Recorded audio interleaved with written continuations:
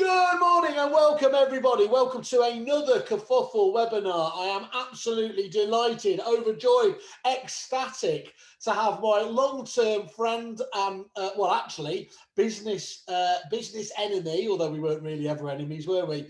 Trevor Ewins of MRI Software. How the devil are you, Trev?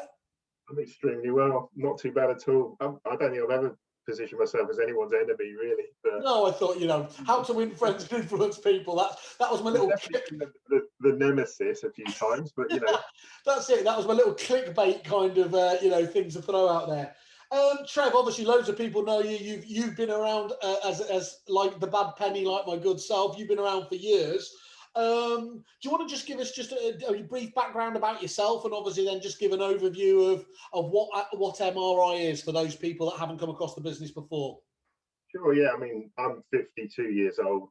Property and agency, to a large extent, has been in my blood really since I left school. I went into the mortgage market, actually. I went into work for a now defunct insurance company in High Wycombe called Equity & Law. The site for that's now been redeveloped into housing. And I very quickly left and went to work for a company that many people know called Rainbow Countrywide, who were the financial services arm of Countrywide at the time. Okay. Successful, mainly in and around Oxfordshire and Buckinghamshire. Ended up leaving there and going to work for Chancellors, which was a great 10 years of my life. I had a lot of respect for James, God rest him, and really got a good foundation there. And never sold a house in my life, by the way. Never let a house. But 10 years in operations there, and then 10 years at Romans. And people will say to me, Romans was an interesting one, hit them at the time, and they were just going through a huge growth spurt. Yeah. And without doubt, some of the best friends I've ever made in property. Still, extremely good friends with a lot of people there. Right back from those days, and we had so much fun building that business up from what it was to what it's become. Monster business, wasn't it? Yeah, and again, it teaches you so much. But well, yeah, 15 years later, more or less, sort of fell into property, and there's a bit of a backstory to that, property technology, sorry. And ended up going to work for what was then called Spar Microsystems, Aspasia, and have gone through now 2 acquisitions. We were acquired by a company called Cube Global Software back in 2012, and then acquired again, which is probably the more documented acquisition by this American software house called MRI Software, who are arguably now the largest provider of residential and commercial software worldwide. Which we'll talk about it. There's no argument on that, isn't it? It's a massive. I mean, one of the things that I'm a bit of a train spotter for this, but actually, when you get under the skin, as we're going to do over this, the size and scale of MRI is incredible, isn't it? Yeah, I mean, that comes with its own challenges, to be honest. I mean, that we can't shy away from the fact that that's fine, but the market that we seek to service with our agency product suite has large corporate agents within it, but is largely dominated by much smaller organizations who are probably worth use to that little bit more personal touch kind of element. And that's the challenge we always face in terms of when we make acquisitions in this space, trying to retain as much as we can that contact with the people, because we're all people. Of course. This business is all about the people we dealt with, right?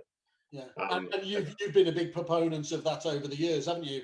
But I mean, just talking about that mergers and acquisition. So as you said, Cube kind of picked up the old Aspasia, as I used to know it there. But then you went on as well, got CML Software, often known as probably the foremost provider of letting software as well. Most people would say. And after that, was it what was it called? Housescape Universal, wasn't it? What one was the product? One of the company. This sort of software, yeah. So yeah, Universal, yeah. I mean, 2 ends of the scale really there. You're dealing with an enterprise solution used by well-known large agency groups across the country in terms of CML radar. Yeah. And then what we now call Agency Central, which was Thesaurus Universal, which is kind of an out of the box. You can actually go on our website and buy it for £100 a month or whatever. There's a lot of people that talk about our software, and I'll just talk about it as if it was the old days of a cloud-based SaaS model. But genuinely, actually, yeah, Thesaurus was one of the few that you could genuinely get started with, as you just highlighted, by signing up on the spot, couldn't you? Yeah, and that's still the case. A couple of hours training. If you're an agent that kind of knows your beans, you're going to be able to pick it up and just use it, which is a big credit to the guys that kind of set that thing up, really. It's hard to do that. It is, but it also means it constrains you slightly with that particular product, is you can't grow it too big, because if you turn it into the products that we go to market with, you can't then deploy it as a out of the box, pay us £100 a month and away you go. So you have to find that line, which is why we promote 2 products in the market. And we now have a successful migration story for a number of clients where they've been on that product, grown the business, got to a scale, and said, actually, we want to move across. Yeah. To but what's good about that is it's not like some of the players that just scoop up these companies and there's seemingly no one steps on the toes of another product line. You've got a very clear definition of where the products sit, don't you? Yeah, I mean, we try and keep the Thesaurus product down in terms of user numbers. It becomes less scalable. You've got more requirements as the businesses grow. They want to do things differently, and you probably talk about somewhere around 15 users or so. You get to a point that you need to flip across onto our go-to-market product, which is essentially a converged offering of all the really cool parts from Radar. Over the last 2 years have been built into what was Aspasia. That Radar was the CML product, wasn't it? That was the CML product, yeah, sorry. And they're great products, arguably in a lot of ways stronger when we first bought it than the old Aspasia products in some areas, especially around some of the reporting, dashboarding routines. Right, wasn't it? Yeah. And all we've done is steal our own code, really. It's a .NET solution. Yes, it's taken time, and the programmers are now sat there with their heads in their hands because it takes a while. But we've taken the best out of that and pushed it into the other product, and we continue to do that. There's some back office stuff that we're now really starting to drill into in CML that we feel we should build into our go-to-market offering, and that's what we're up to now, really. Who's your ideal client, Trev? Is it literally? I mean, I know. Let's just forget the kind of the housegate entry one. You dealt with that kind of the long tail there. But for the main MRI offering, what is there a kind of perfect demographic? Is it mid-sized independents? Is it corporates? Is it the SME end? What does it look like? I'm always going to say everything, aren't I? But if you're looking for an honest opinion about the kinds of organisations we're trying to engage with, I think it's very, very hard to move a huge organisation. You've only got to look at the Connells countrywide merger and look at the job that our friend Gary's got on his hands there now. Let's be open, that's a huge challenge for those guys to take forward and decide how they're going to scale up a joined organization, because ultimately they're going to need at least a single, maybe 2 platforms in that business to make it work properly. And being in that space, absolutely, that's what we are. We are a corporate real estate provider. That's our bread and butter in terms of, especially in the commercial and build to rent market. That's what we do, is large software solutions for huge organizations. So that market, yes. Whether you'll see many opportunities in that space, unlikely, because at the end of the day, a lot of these organizations, and some are already our clients, are very much entrenched with the products they're in. And something we'll talk about later, 80% happy, that we'll touch on that subject. So really, I think our appetite over the next few years has to be to try and really satisfy that medium-sized market, that core of the market. That kind of, was 2 branches over the course of the last successful sort of 10 years has become 20, and might be in a solution that, or a number of solutions that they've just carried on dealing with. Oh, look, it's okay, fine, we need to change it, but I also need to go and sell and let some houses, so let's crack on. They're the organizations we're really trying to appeal to say, look guys, first single solution in the market across sales and lettings, constantly growing, constantly evolving, committed to take that product to market and grow and improve it. Come and have a look. And that, that's a long answer to a short question. No, it's a good one. And talk us through that element there, because obviously, yeah, Aspasia, I think it claimed to be the first cloud-based package, although our friends in Wales would probably throw a bit of fruit there. But I'll leave that to you guys to argue over. But what is absolutely true is that Aspasia was definitely known as the first combined package for sales with an incredibly strong lettings module behind it, wasn't it? And it created quite a strong client base on the basis of being able to offer that. And you've just built on that with MRI, haven't you? Yeah, and I think the sales criticism has always been there for us. I think any client that embraced us for sales and lettings early on and has built their business with that in-house probably was driven by the letting side of their business. So anyone that put us in for sales, in the early days would have put us in because lettings said, we need this and you're going to take this on board. That the 90s were very much a period where different people made different decisions for different reasons. So the sales director invariably put in, the lettings director would have put us in or someone similar to us because we service that area better. And to some extent, we plowed those furrows, right? Refit, like us 5 years ago, probably took the decision that you've got to start looking the other side of the fence. We're probably less mature in that. We're probably a couple of years in actually looking at the sales side and saying, guys, you've got to make this better. And that's kind of what we've been up to really over the last 2 year period, besides converging the CML side, is looking at how a salesperson experiences our software and genuinely trying to work with clients to improve that and make the offering more sales focused. Sales, everyone always says, oh, it's really easy to write sales software. It really isn't. Because is it? Yeah. It really is not. There is so many. Lettings is complex because lettings processes are complex, and the odd landlord that wants you to collect 6 months rent up front, you've got to accommodate that, or you've got a landlord that lives in Dubai and the wife lives over here and they both own a house, and the tax implications. That's what's interesting in a lot of ways about the letting space. Sales is a lot more driven in terms of it's got to be easy. I haven't got time to even, I'd like to think about it and appear in my CRM. That's it, done.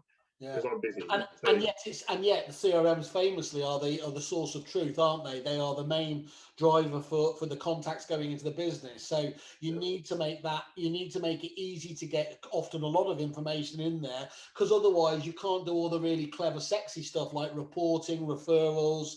All of that falls down if the raw data isn't getting in there in the right format. Yeah, and I think I would hope the clients that use us for both really see the benefits of that. I mean, I won't name them, but I remember 2015, there was a bit of a blip in the market, and one of our clients weren't particularly huge at the time, now grown and been acquired, but they basically had to lose a huge amount of staff, went from 45 to 15 staff across 5 branches almost overnight. Right. And what the CEO said to me, funny enough, when he sold the business, he never would compliment them while they were using it. But when he sold the business, he said, we could not have done that if we had been on 2 solutions. He said, we immediately trained all our sales staff to do lettings. Overnight, we could get everyone doing the same thing in the same way.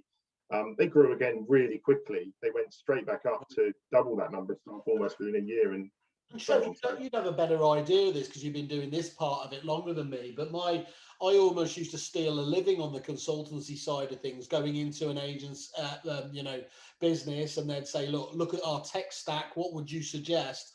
And for me, the easiest one in the world was if you had separate systems for sales and lettings. Don't bother thinking about anything else until you've got those ones over, because removing that technical Chinese wall between the systems and the combined databases for referrals is going to be one of the biggest wins you can ever get. I was going to say easily, because it's not that easy to do, but actually it can have the most dramatic effect, can't it? Yeah, and arguably, and I'm bound to say this, it's a lot easier to move sales systems and letting systems as well. Yeah. So if you've got a letting system that does sales, that's the first way you should look at things, really. And I would admit that we've been poor at recognizing that's something we should focus on, really. So that's really a lot of our drive. Cool. So look, we're going to dispel a few industry myths today, because we've been denied going down the boozer and having a pint together, where we would ordinarily have talked about this. But let's kick off a few, just in terms of, I would just throw out a few terms and then we take it, you take it off, as we would do, as I said at the bar. Let's just look at some of the industry perceptions that you hear. So you only have to go into an agent's Facebook group, that all CRMs are rubbish. Discuss. Yeah. Well, it goes back to my 80% comment, doesn't it? We do suffer. We all suffer a little bit, that we're not as responsive as our clients would like. It's just a button. I mean, we hear it all the time, don't we? This has happened. It's just a button. Why can't you just add it and it'll work? I mean, I horrify our developers when I walk back in the room sometimes, because they know that's coming. And of course, it's, what does that button do though? I struggle with this a bit, because sometimes you do have to look at it from the other side and say, what we've got to provide is an all-encompassing solution to an industry that is still pretty well fragmented.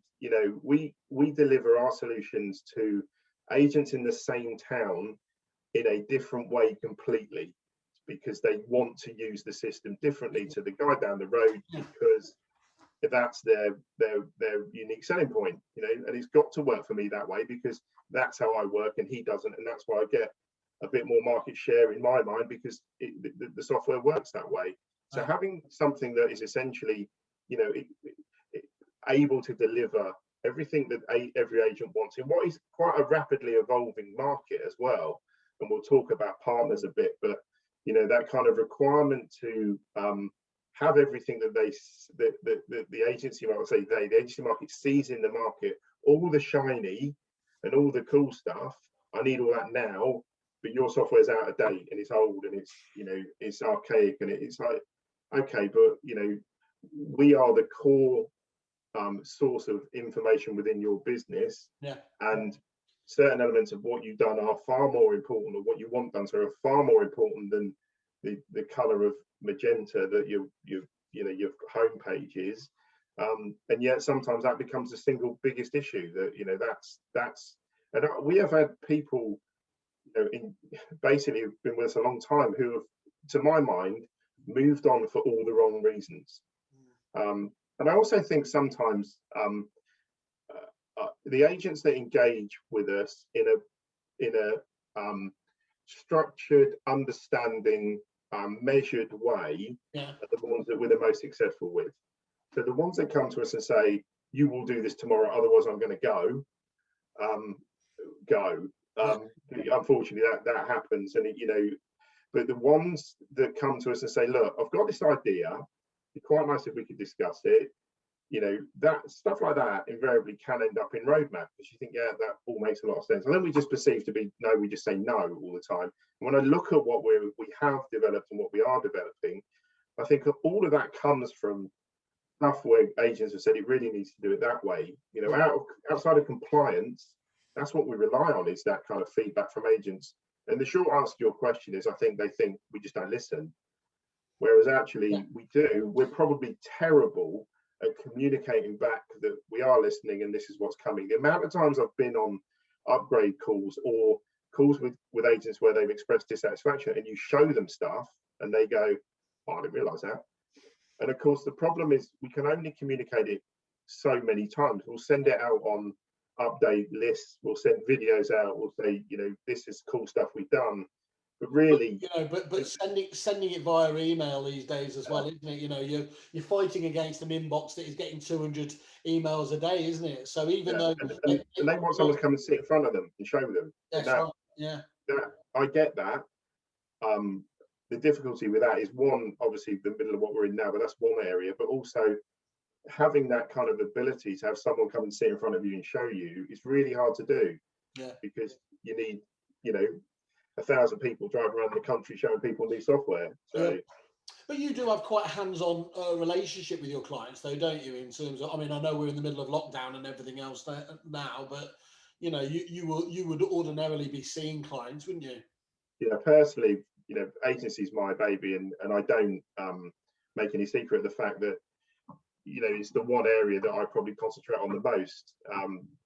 Agency and build to rent are probably the two core residential areas that I'm closest to, and I really do try and keep as close as I possibly can to as many clients as I can. Unfortunately, with over, well, what are we now, probably over 1,000 agency clients, it's very hard to still engage with maybe the guy that you'd have had a beer with, you know, when we were 100 clients. But that's just the way it is. You know, I don't like the fact that I can't necessarily talk to all of them. Well, it's the nature of a growing business, isn't it? It's not like Steve Jobs.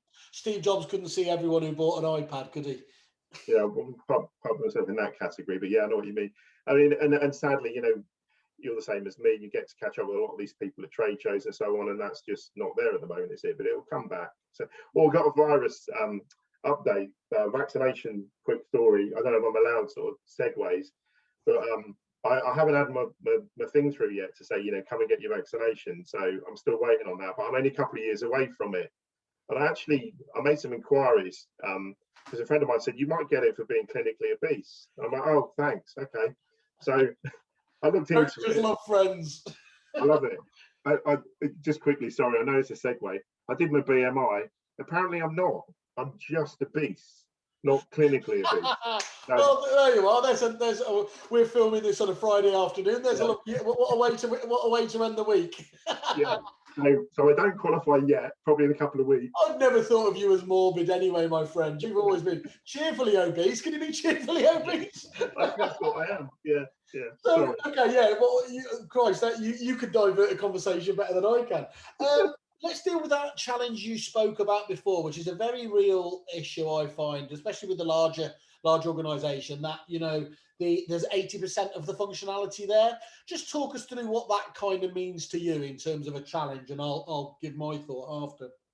Yeah, I mean, there's another story I spin out. You know, a guy I met about 10 years ago, finally, actually, we signed them up and they use our software now, and we have quite, you know, a good laugh about bits and pieces. And he said at the time when he signed with us, he looked at everybody and he said, Trev, you're all about the same. He said, you all do about 80% of what we need. He said, so you're all a bit shit. He said, but you just seem to be less shit than the others. And I'm like, okay, I'll take it. Yeah. You know, it's a compliment in my world, and you know, being marginally less bad than the others. I used to genuinely, Chad, I don't know if this ever got fat. That was literally how I sold it. Look, we're the best of a bad bunch. It's not the greatest sell in the world, is it? No, and you know, coming back to seriousness around it, I think it's really hard to be that kind of panacea to everybody. There is, look, let's be honest as well. And so we all know that there's this huge elephant in the room in terms of the likes of Salesforce, this multi-billion pounds, you know, CRM product that on the face of it, when you look at the tick listing functionality, should make us all cower and run away.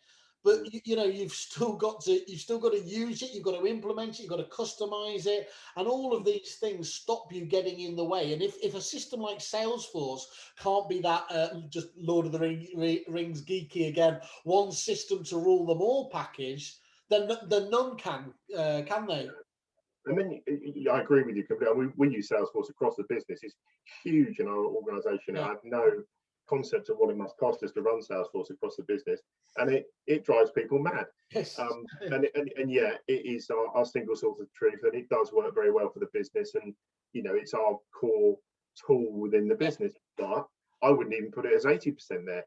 So you know, I'll take the 80% comment, but we are in a market that has a demand set that is moving. I alluded to it earlier. You know, that drive. Well, there's two things, and I'm not going to mention millennials because it's not really where we are, but our clients are not us. No. And that especially, you know, in that front office space, we are, and let's put it out there, we are probably not servicing their expectations of, you know, anyone up to 30. We're delivering software to that just sits there and goes, yeah, okay. Could be prettier, couldn't it? And you know, why is this this isn't logical? Why is this over here, and why is that embedded over there? And I get it. And when you look at some of the front of house partnering solutions that we're either partnered with or talking to, they absolutely make sense. Yeah. Because you know, it makes that experience so much easier.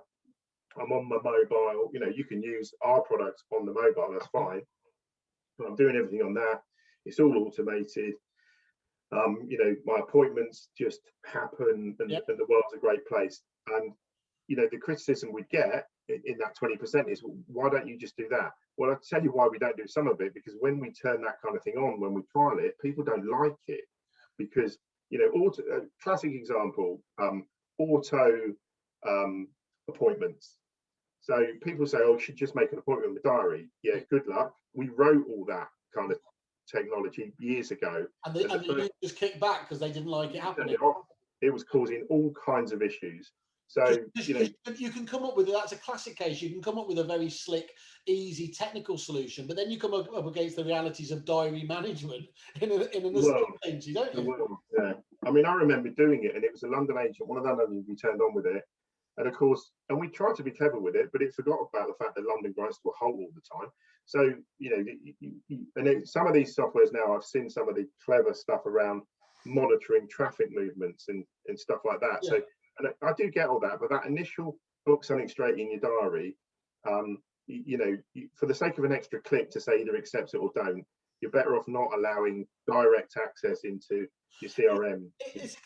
Automation is so powerful, isn't it? That actually it needs to be perfect, otherwise things can go wrong, and they can go wrong quickly and markedly, can't they? Yeah, and I mean, you mentioned Apple. You know, half the reason why that is such a successful product worldwide is it doesn't do a load of stuff around the edges. You know, half the reason people love it so much, it is so intuitive and so straightforward.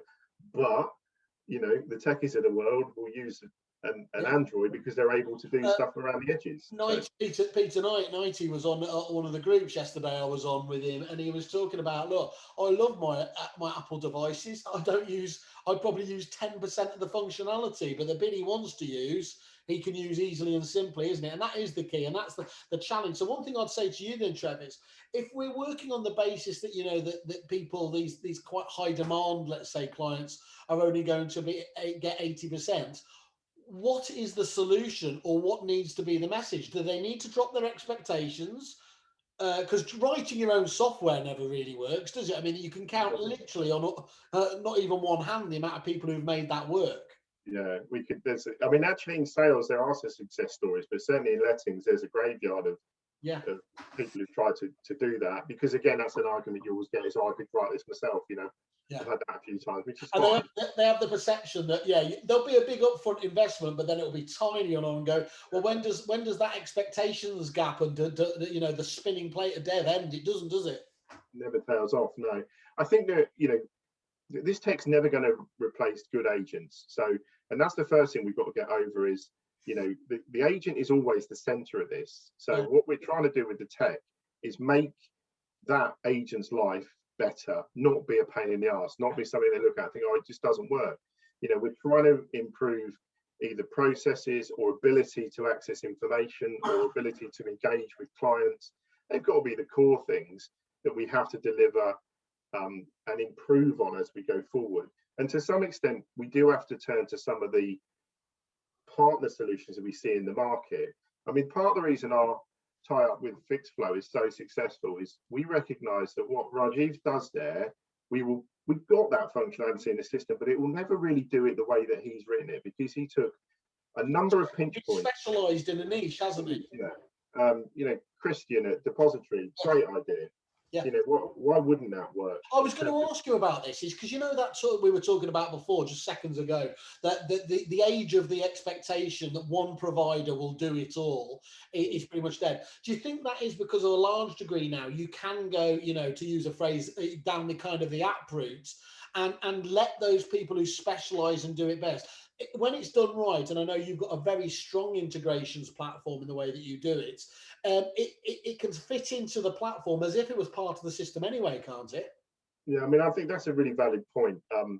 You know, we talk about the agent being at the heart of what we do, and the tech should just improve the process. But when I look at the way we partner now, you know, we have a single sign-on solution, which I'm not going to get technical because that's not me, but essentially certainly not me. We'll end up down all kinds of rabbit holes in the next 20 minutes for this, but essentially we call it agent home. It's where you land in the morning and log in. And I'm not going to get any more complex than that. And what it means with our partners is that you've also logged into them. So, we call it App Gateway actually to begin with. So it is essentially our app store to a degree. It's not quite as slick as going download an app and away you go. But essentially, if we have a partner, one of our clients is using, and they're using both solutions, let's choose Fixflow or Vuber as an example, you're logged into both systems at the same time. So you've got that element, and then you start to see where the need for integration sits, because integration is this big word. Everyone says, oh, we're fully integrated. Look, what we're trying to avoid with integration is chair spinning. You don't want to key something in here and then have to key in all the same data over there. Agents, just like the public, absolutely despise that, don't they? Yeah. I've got enough hours in the day for that sort of stuff anymore. Quite. And the absolute dream of that, of course, is as soon as I do something here, it appears over there. Well, yeah, okay, but let's not get carried away here. What you're saying is you don't want to put in Mr. Jones at 10 Acacia Avenue here, open up the partner application and it not appear there, because that's your first step. What you then do in that partner application is a different story. With Fixflow, what you actually do is you then carry out the entire process of management of whether it's maintenance or the maintenance flow in Fixflow, and then once it's carried out, the invoice is pushed out of us. That's quite clever. But if I looked at someone's, like say, Sprift, all you really want to know is when you've logged in here, when you log into Sprift and you click on a button on our side, it populates the name and address over there. That it doesn't have to do much more than that for you to think, oh, I haven't had to double key that. And then when you're on the record within our application, you can see that report in Sprift. If we try and make this too complex, we'll never get there. If we try and overcomplicate integration, we've seen it. You just end up falling off the page because it just takes too long. And I'm sure you won't mind me saying, and hopefully Raj won't. He's always shouting at me anyway. Raj was talking to me offline a while ago, and he was just saying how he didn't think you guys had been shouting from the hilltops about it maybe enough, but when they'd done the integration with you, it was absolutely first class in the way that you were able to do the stuff that they could do within your platform. Yeah, I mean, it's taken a long time. Again, let's not overplay it. It's taken us probably 3 years to get to the point we're at, and it's not finished. We're still getting feedback on certain bits and thinking, okay, maybe we could look at that in the next release. But it is very much a partner approach. And MRI's strength worldwide has always been that if you join the partner program and you essentially, we use an expression like drink the Kool-Aid, we start to sound like a cult. But essentially, if you join the partner program and engage properly with that program, the benefits are huge in terms of, access to all the APIs, the ability to joint market what we're up to. And we are seeing some real growth in interest in that, actually driven largely by noise in the market. Now, we do have to be careful here, because when I talk to some agents, both our clients and others, they do look at some of this partner stuff, some of this collaboration stuff, and they go, great, so what? You have a real fine line there between a business that says, yeah, I love all this because and others that just go, I just really want it all to work. I don't care if they're partners or not. I just don't want to double key stuff. I mean, that's a reasonable expectation, really. It absolutely is. But mind you, one problem you're all going to find is all the CRMs now with these. I think it's true. I think I awarded. Yes, I did. We awarded you at the EA Masters last year. The first time we'd awarded it to a group, and we actually awarded it to the group of CRM companies for what I felt was actually a really marked trend, which was the step change. And I know some of you have been ahead of the curve than the others, but actually all the CRMs now were opening up those gated communities, gardens, whatever you want to do. And that's really exciting for the industry, because as we spoke about, the importance of your CRM needs to be your foundation of your tech stack within your business. And it is, you know, you'll know yourself the amount of companies we've introduced to you were just, you know, because they know how easy it is to get that access, that distribution network. And if done right, as you said, okay, maybe that person there will sort of go shrugs their shoulders, but the vast majority of agents do see it as a genuine benefit, don't they, to save that work. Yeah, I mean, you actually subliminally there threw in the word foundations, didn't you? So, but I mean, the ICG for us, and our, you know, our tie up with Kerfuffle, we look at both those, and really, in some ways, I know, you know, promoting different objectives, but it's almost the same thing. We're trying to get the same message out there that certainly the ICG guys that, you know, we're currently integrated with and are integrating with, all the talk that it's not a talking shop. You know, when we get on calls, when we talk about what we're trying to achieve, we don't have an unrealistic expectation. We don't have an all singing, all dancing, everyone's integrated with everyone. We do have conversations around the fact that actually it just needs to do this piece. And then if you want to go more complex than that, then that's fine. But we are all very much on the same page in that sense. So, you know, everyone wants to press a button and it just do everything. I kind of get that. But unfortunately, that everything is different hundreds of times, because everything to him is different to everything to him. Well, you must get it. Whilst let's have a little pop at the agents just to make ourselves more popular. But you know, the amount of times you've heard from somebody, oh, we just want the exact same that everybody else wants. We're no different to them, and then they proceed to ask for something that is absolutely completely out of the box. Yeah, I mean, arguably all our systems are bespoke, right? So certainly when I look at Radar CML, that is a bespoke instance in every client that's in, and quite rightly, because that, you know, that's what the expectation has been to deliver. Sales and lettings, especially less so. That's a hugely configurable product. There are so many self-administered parameters in the background that the agents can work on themselves, or, you know, work with us through our support team to configure. But go to your point, nearly every instance of every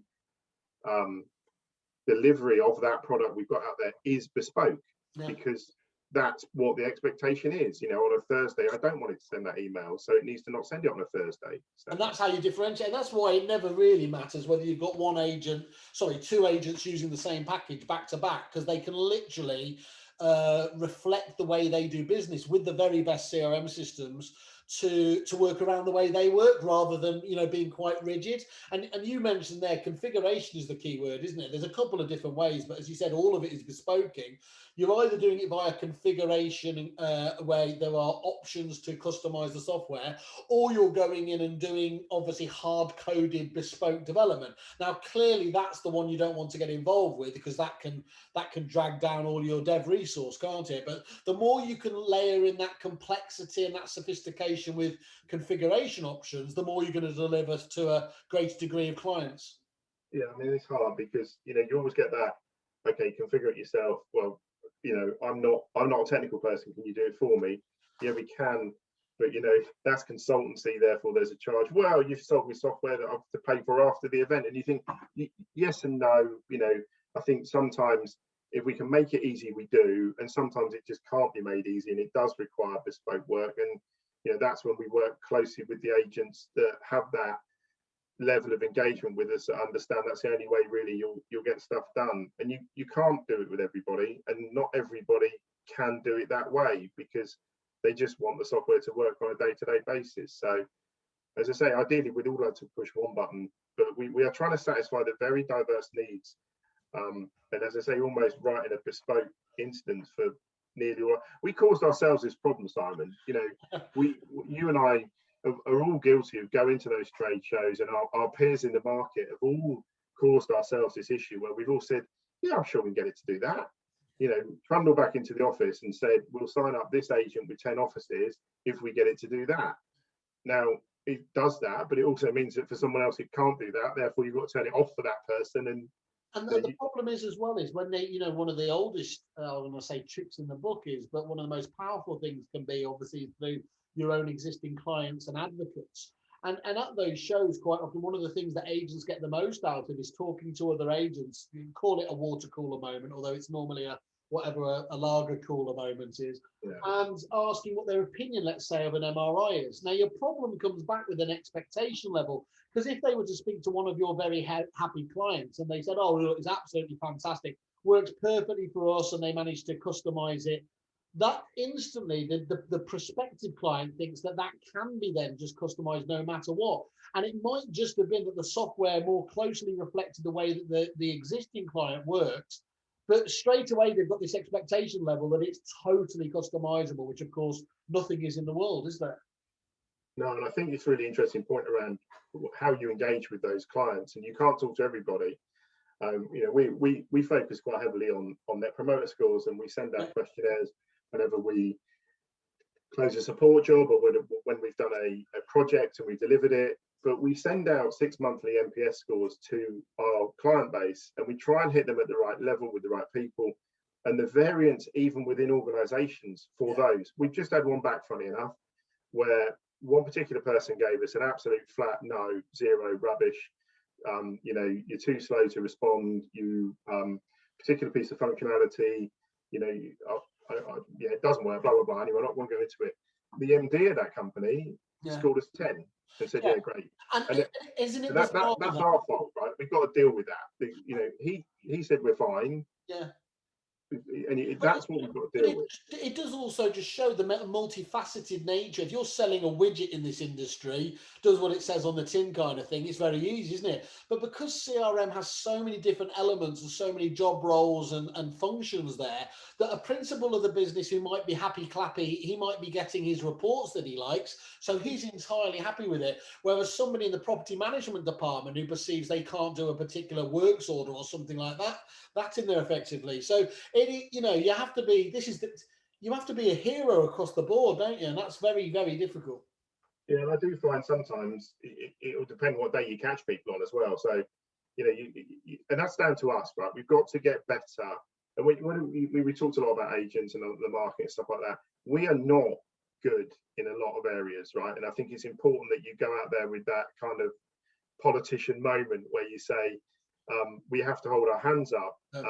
But we've been very apologetic for quite a long time now about certain bits and pieces. And actually, I look at what we're doing in product in terms of those acquisitions, in terms of the way we've evolved the product to where it is now. And I don't see that we've got quite so much to apologise about. You know, it doesn't look like the ugly kid in the corner anymore. It has got a lot of core functionality that's really quite cool. Yeah. We've got some great partners. So I think we've probably, going back to your comment at the start about hiding our light under a bushel. Yeah. When I watch it being promoted to new opportunities, it comes across really well, and actually it comes across in a way I think we should make more of.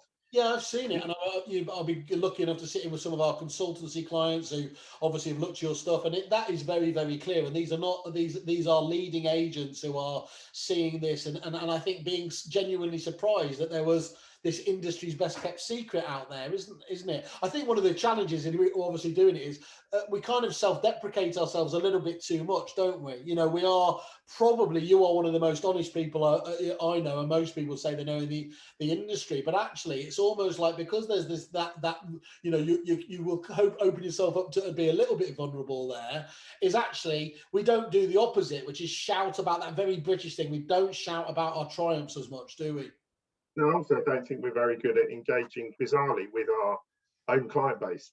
So we go out and promote a message, and actually the system as it stands does come across very well.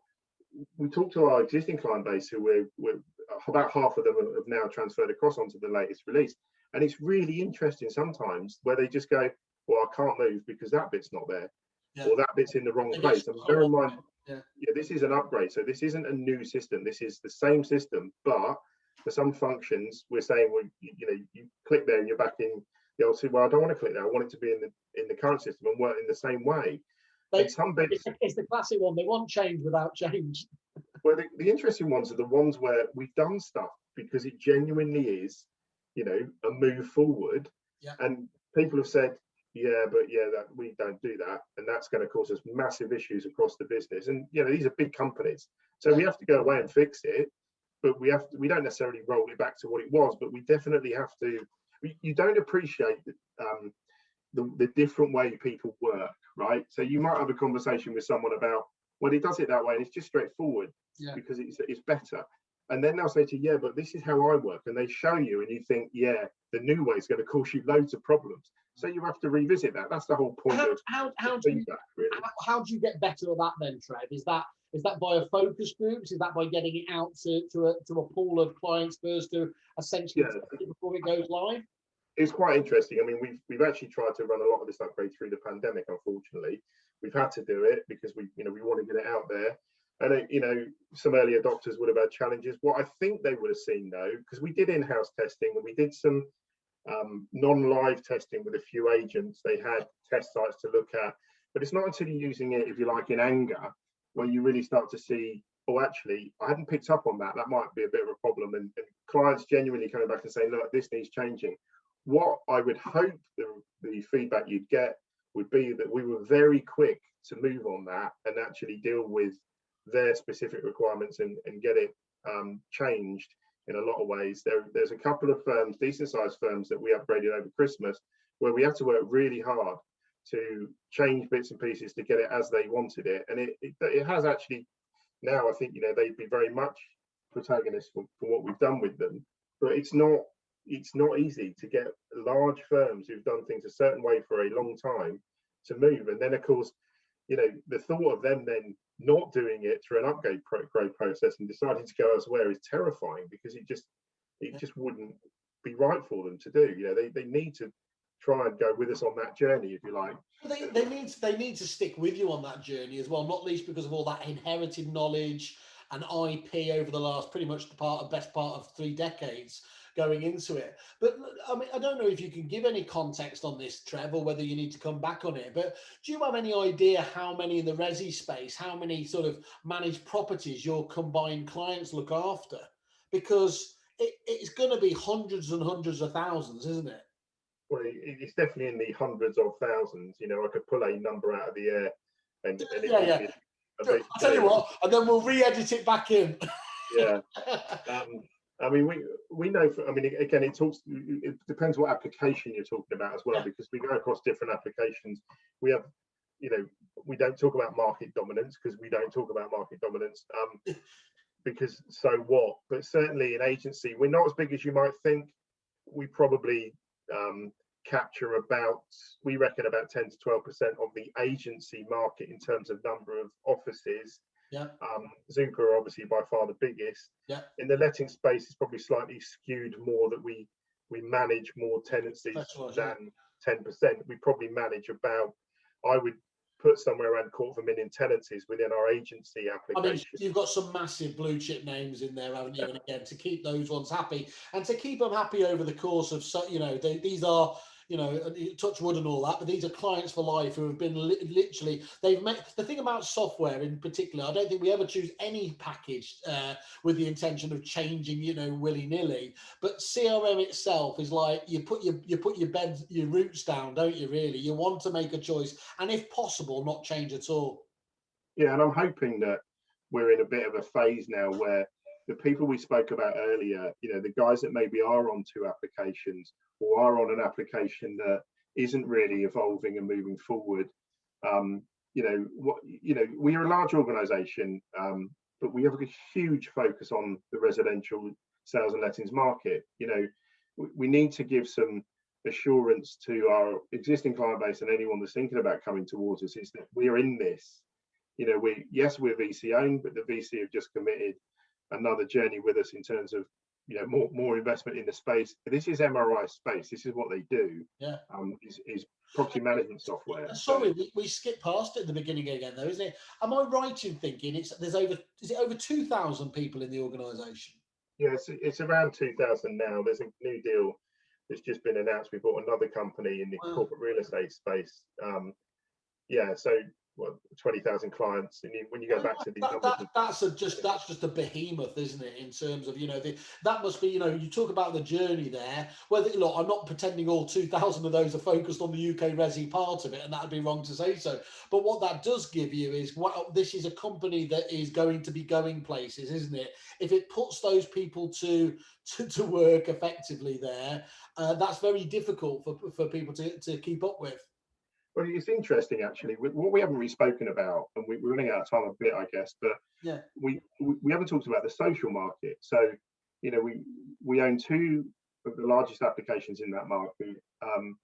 We are learning a huge amount in terms of customer engagement from the software products we've got in the social space, because that's a very different world to live in. It's all about looking after the tenants, because, you know, you're invariably talking about vulnerable people, and that knowledge, that tech knowledge about how those systems work has been massively valuable in a very short period of time. Yeah. So both those companies had a decent suite of products that they're fully integrated within their own world, if you like, but we're almost able to go in and cherry pick the bits and pieces that just sort of really make sense for us. Some of the, whether it's analytics tools in terms of, you know, looking at data across the piece, but some of the stuff we've learned from housing partners who are much more of a tenant facing environment around the, you know, the stuff we discussed around UI, the stuff we've discussed around how you engage with tenants. They're all about, if you like, wrapping that person up in cotton wool. Seriously, quite literally wrapping them up in cotton wool sometimes, because, you know, they've got an app that identifies homeless people. They've got an ability to sort of engage with their tenants in a way that actually is very different to the private rented sector. And of course, you know, what we've learned from build to rent in terms of how that different model works as well. So I think the short answer to what you're saying is, yes, that knowledge has been quite critical to us to spread that out across the agency space as well, and start to learn how maybe we can engage differently with people. And we are very much committed to it. You know, it's a good space for us, and, you know, we've sat here and had a bit of a dig at our agent client. We love them. You know, we love the fact that we do get the engagement, because it does it drives us forward. You know, we could become very kind of staid and just say, well, that's what it is, you know, suck it up. Well, you can't do that in this no place. There's no part of that, is there? Because again, there's a lot of, you know, not a new contenders out there, but you've got the willingness internally to make things happen. So look, as we said, we're only a third of the way through these, so we'll catch up with this on the next webinar. I think look, the ink's only just dried, hasn't it, in terms of you guys really pleased to be coming on board with Kerfuffle. Everything else, we're very excited. You're going to be doing a special deal for Kerfuffle members, but we're just advising everyone to reach out to you directly, aren't we? And then you'll talk them through, and I think it'll be about something on the setup fee, won't it?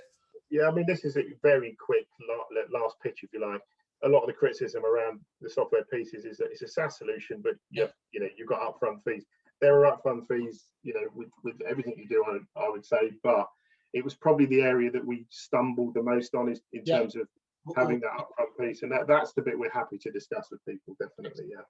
Well, look, I encourage everybody to do it, especially if they've got I mean, I know you do absolutely everything now, but in terms of as well, I've always known you guys so solid on the lettings and account side. It's the eye-opening amount of functionality you've got in there. If you're serious about lettings, obviously you need to have a chat with Trev and his team. So for today, sounds as well. It still sounds. So anyway, Trev, thank you very much for giving us that overview. I look forward to catching up on the next one and learning a little bit more. But for today, have a good day. Cheers, mate. Look after yourself. Cheers.